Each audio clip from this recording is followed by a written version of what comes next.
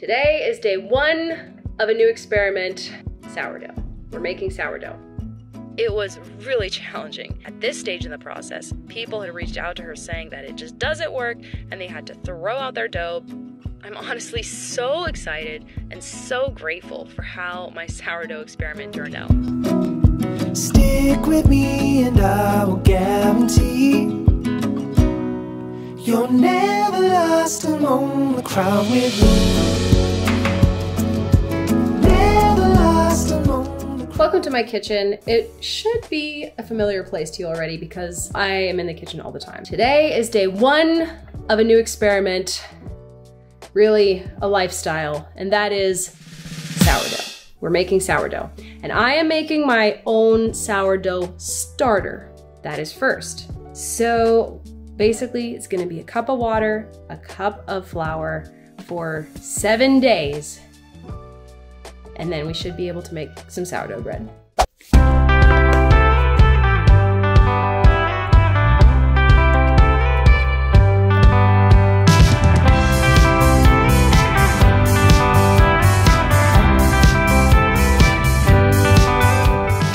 Our day one mixture looks about the texture of pancake dough, which is what the recommendation was. Since I don't have a scale, I'm going by the feel and by the eye. So hopefully that works out for me. And I did use whole wheat flour because that was the recommendation for making a starter, as there is more for the bacteria and yeast to feed off of with whole wheat versus just a plain white flour.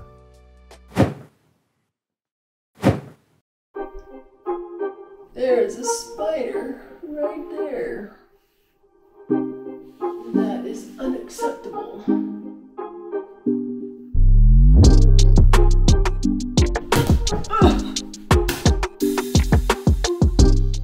Okay! Well, it's been 1 day, 24 hours since I mixed this. And all the water has come to the top. There's a really nice looking layer of darkness. Yeah, so it's time to feed our little baby starter.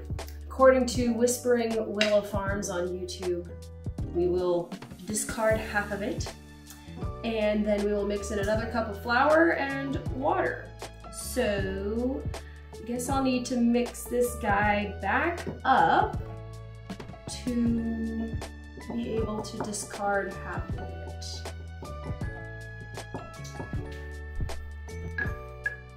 So this exploration of sourdough was triggered a couple weeks ago when my husband and I were visiting in Canada. Me and the sisters-in-law were talking all home things and food and homemaking. And one of the ladies said that she tries to avoid eating stuff with flour, white flour, baked goods, etc., because it always makes her gain weight. However, when she would use sourdough, she does not gain any weight.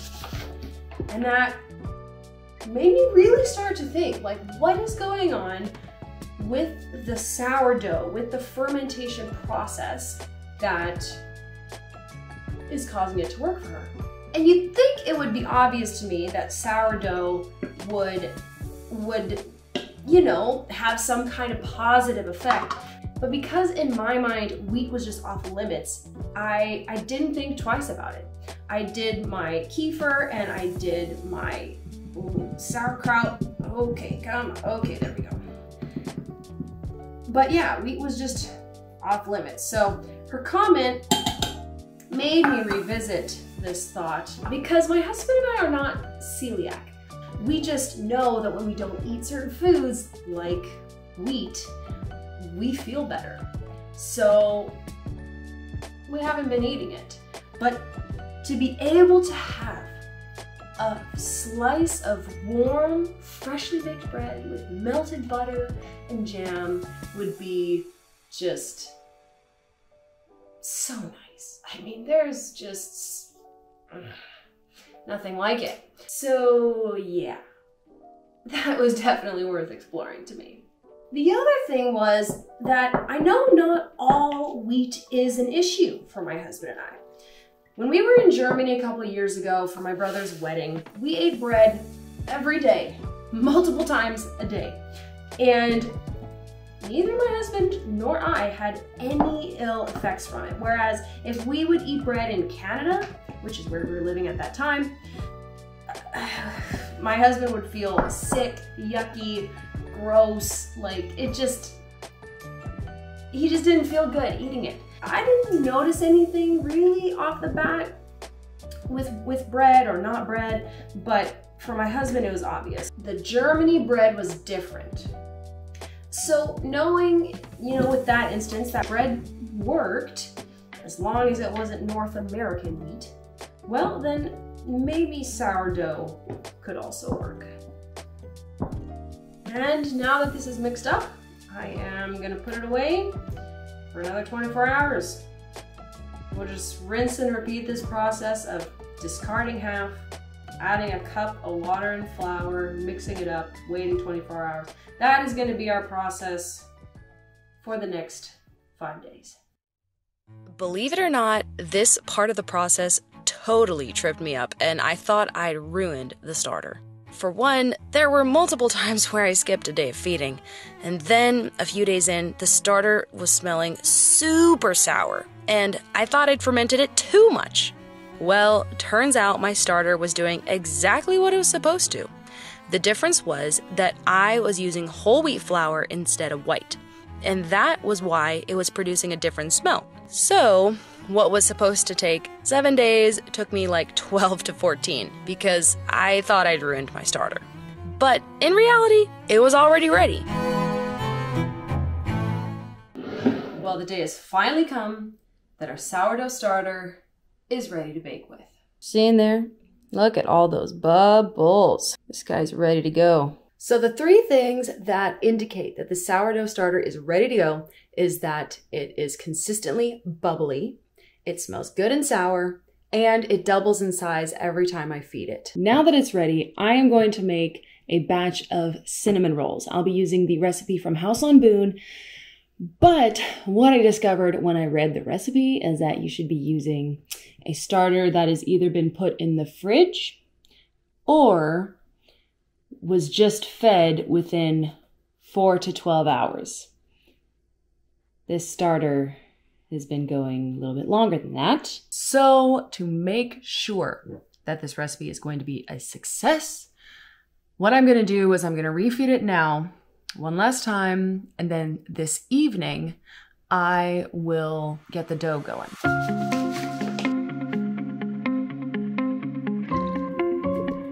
So now we're just going to put the lid back on, making sure that it has airflow, it's not completely sealed.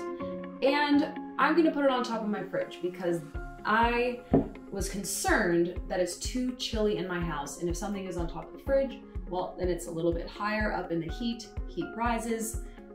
We're gonna wait a couple hours, 5-6 hours, probably just before supper. Then I will also go ahead and prepare the dough for these cinnamon rolls.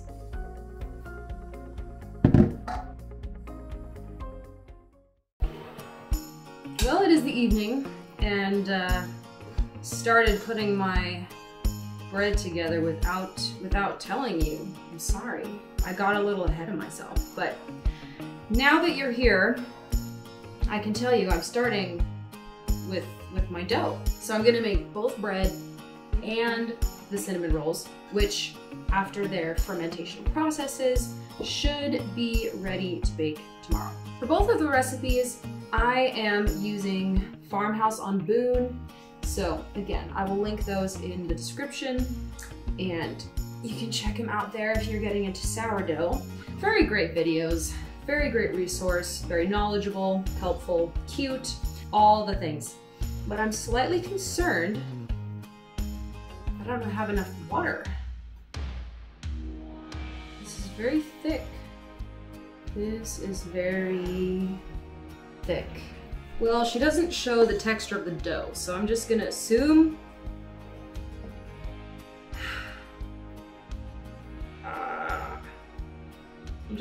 that it's good. But she did say that she mixed it with her hands, so I think I'm gonna grab an apron and do some handwork on this thing. That should hopefully help. At this point, the bread dough is just flour and water and is very stiff and sticky. But that's totally normal for dough. From what I've learned in this process, the gluten in the wheat flour hasn't relaxed yet, so the dough is more dense and sticky. Once the dough has come together and you let it rest, then the gluten can activate and begin to relax, so the dough holds together better, becomes stretchy, and is far less likely to stick to your fingers. So after the dough is sufficiently kneaded, we are going to let it rest, and then we can incorporate the sourdough starter. In the meantime, I'm going to put together my cinnamon rolls. For the cinnamon rolls, we are mixing together our starter, flour, water, salt, honey, and oil. Once again, it created a pretty dry dough for me, but I think part of this may be because I used 100% white flour, whereas the original recipe used a mixture of whole wheat as well, so that probably affects the moistness. I did add an additional splash of water to the dough as I was kneading it with my hands so that it was at least manageable. Once the cinnamon roll dough was put together, I grabbed the bread dough again and incorporated the sourdough and salt into it. I used a kitchen scale for this part, one, because that's what the recipe called for, but also, apparently sourdough bread can be pretty particular, and other YouTubers said that they had much more success with sourdough bread once they started actually using a scale for measuring the ingredients instead of just cup measures. I got my scale from Amazon, so I'll link it below for you. And as you can see, the dough ball is already so much more spongy and workable than it was before. The gluten has chilled out and is way more workable, which makes it a lot more fun. Now we'll give the dough another rest before starting to stretch and fold.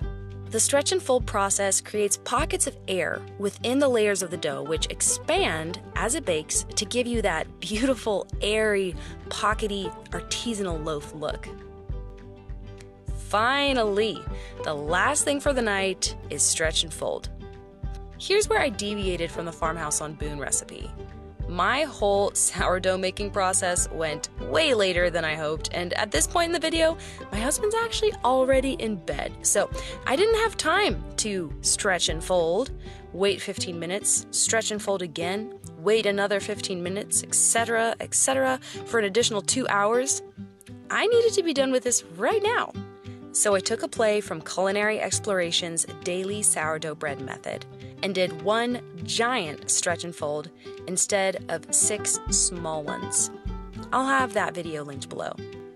Using my hands, I stretched out the whole piece of dough in as large of a piece as possible. Once it's stretched as far as you can go without tearing it everywhere, then it's time to fold it over like a blanket.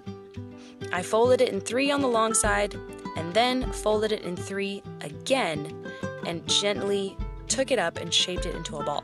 Being careful not to punch it down or handle it in a way where those delicate air pockets would pop.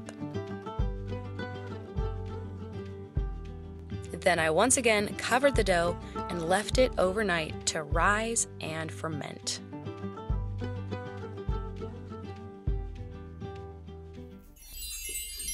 Hey, good morning.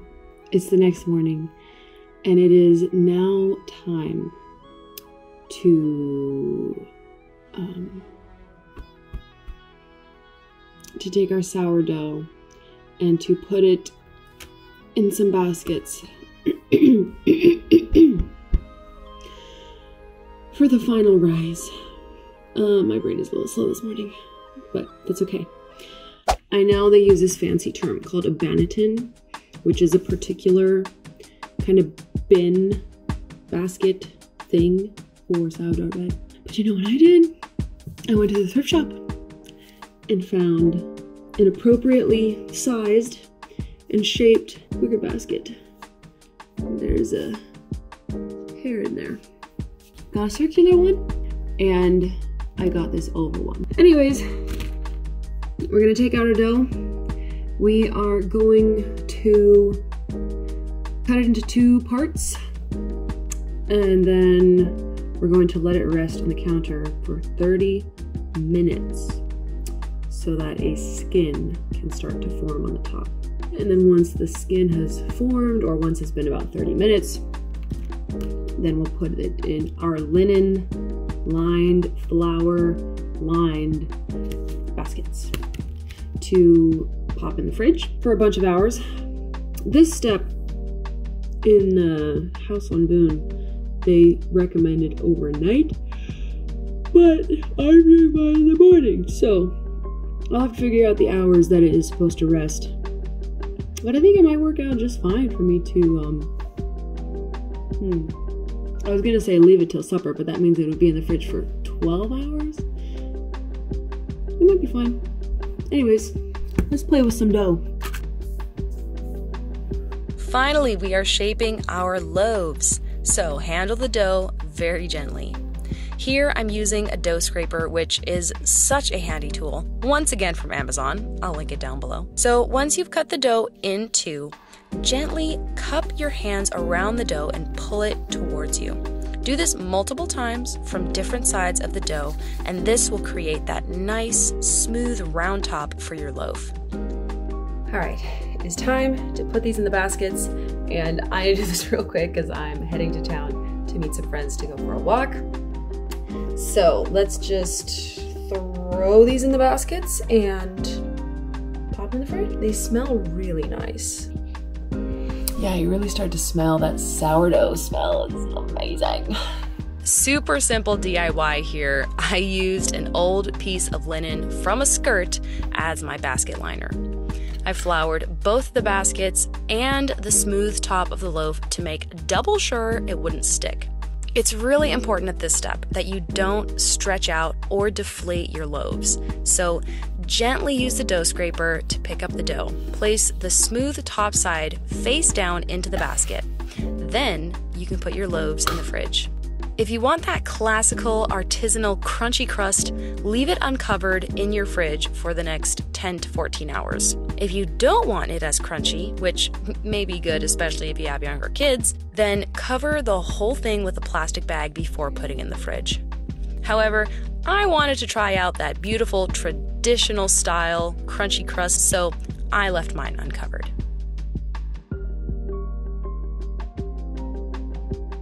The time has finally come to bake this sourdough.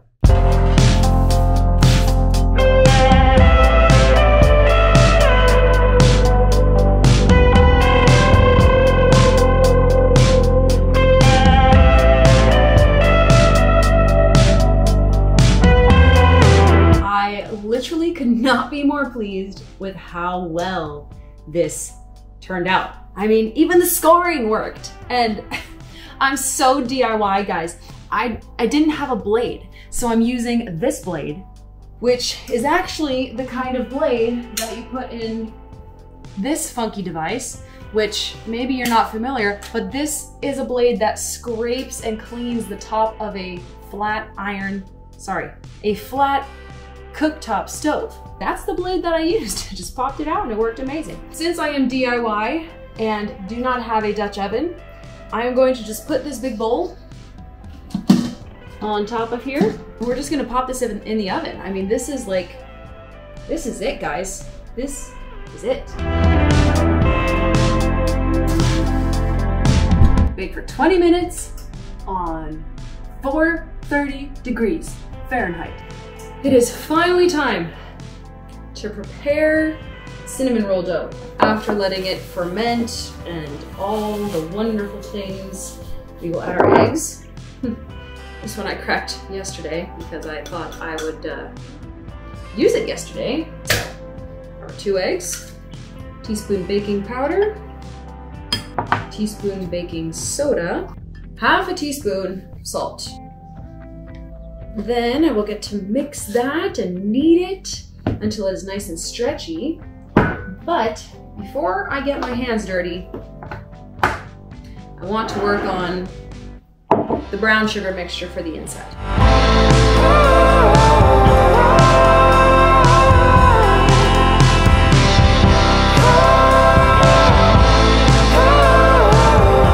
My alarm just went off.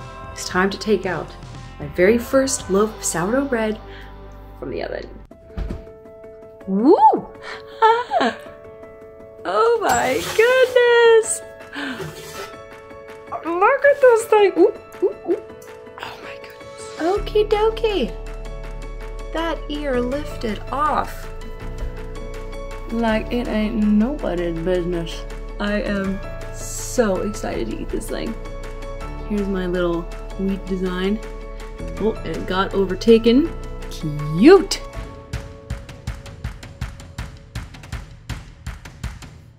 I am so excited about that sourdough loaf. It really looks amazing. So now I am invigorated to finish with these cinnamon rolls. We just need to mash this around as much as we can. My camera is gonna die.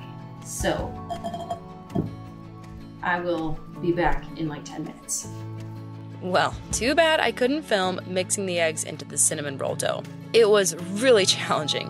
And now I understand why the farmhouse on Boone gal said that, you know, at this stage in the process, people had reached out to her saying that it just doesn't work and they had to throw out their dough because the eggs wouldn't incorporate. Well, the truth is that the dough is very forgiving and you just need to put a little bit of grit and elbow grease in to make it work. Unless, of course, you have a stand mixer, then I have nothing to say to you. For me, when I started mixing in the eggs, the baking soda, and the baking powder, the dough felt terrible. It was very hard and dense, and it didn't stretch at all. I squished it into chunks trying to incorporate the eggs and was seriously concerned if it would work. Because, like, literally, the dough wouldn't stretch. It would just tear.